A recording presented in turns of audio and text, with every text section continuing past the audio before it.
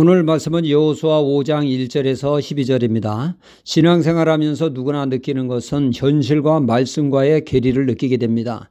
특히 말씀대로 살고자 애쓸수록 다가오는 것은 현실과 말씀의 차이이죠.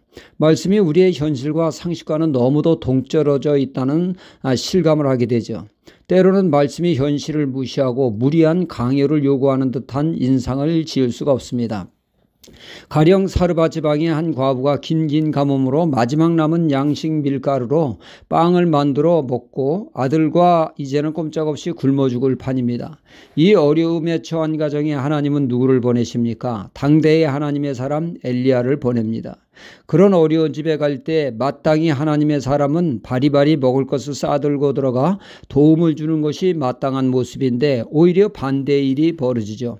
마지막 남은 밀가루를 먼저 하나님의 선지자에게 바치라고 합니다.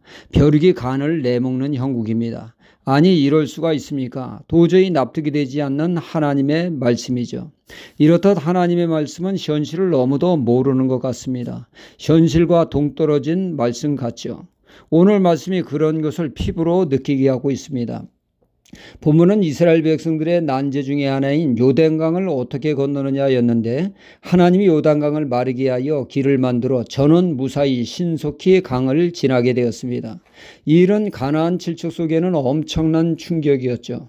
요단강은 그들을 지켜주는 방어선이라고 생각을 했는데 그 방어선을 넘어 이스라엘이 가나안 땅에 진입했으니 말입니다. 하나님의 놀라운 역사에 가나안 칠족속을 대표하는 아모리 왕과 가나안 왕은 패닉 상태에 빠졌습니다. 크게 낙담하며 좌절하며 사기가 크게 저하되어 있었죠.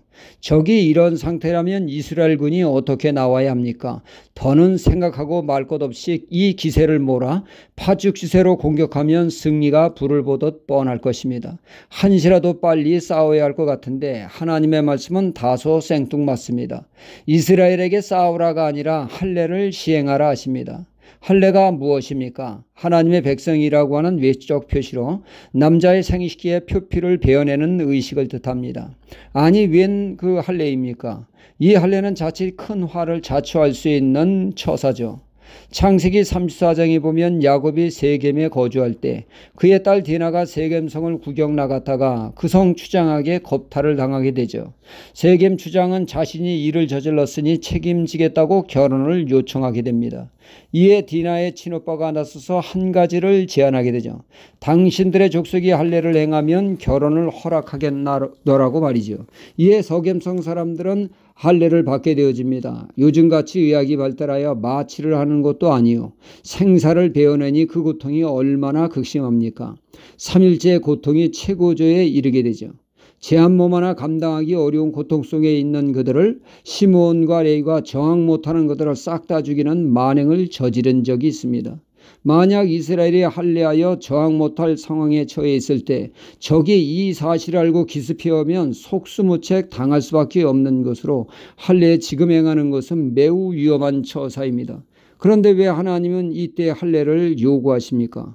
거기다가 한술 더 유월절까지 지키라 하십니다. 유월절은 무교절과 이어져 근 일주일을 축제기간을 갖게 되죠. 이 또한 위험을 자초하는 행위라 할 수 있습니다. 그런데 왜 하나님은 위험스러운 일을 감행하라 하십니까? 할례를 행하라 하심은 그들에게 정결 즉 거룩을 요구하신 것이죠. 하나님과의 바른 관계를 먼저 요구하신 것입니다. 하나님은 내가 거룩하니 너희도 거룩하라 하십니다. 하나님과의 바른 관계로 거룩하게 될 때 가능하게 된다는 얘기죠. 이 거룩함을 잃어버리면 하나님이 그들과 함께 할 수 없고 그들을 도울 수 없기 때문입니다. 그러므로 제약된 요소를 과감히 제거하는 할례를 행하라는 것이죠. 제약된 것을 제거하지 않으면 하나님이 그들과 함께 할 수 없기 때문에 그 무엇보다 할례를 행하라 하신 것입니다.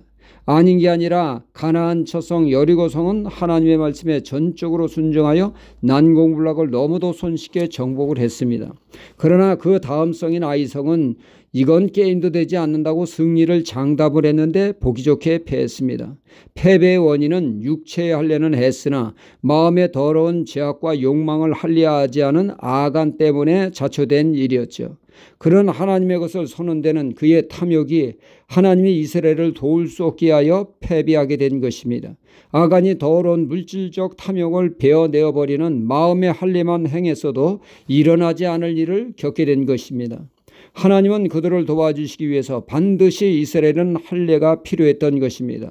아울러 유월절을 지키라 하시면 애굽의 10가지 재앙으로 애굽에서 구원했듯 가나안 칠속으로부터 하나님이 반드시 그들을 구원하여 승리케 하신다는 확증을 주심으로 강하고 담대히 싸우게 한 것입니다. 하나님은 우리에게 이렇게 성결한 삶을 요구하십니다. 정직한 삶, 신실한 삶, 하나님의 백성다운 삶이 있을 때 하나님은 그를 도울 수 있기 때문입니다. 오늘도 우리는 제약된 요소를 과감히 제거하는 하루가 되어야겠습니다. 할렐루야.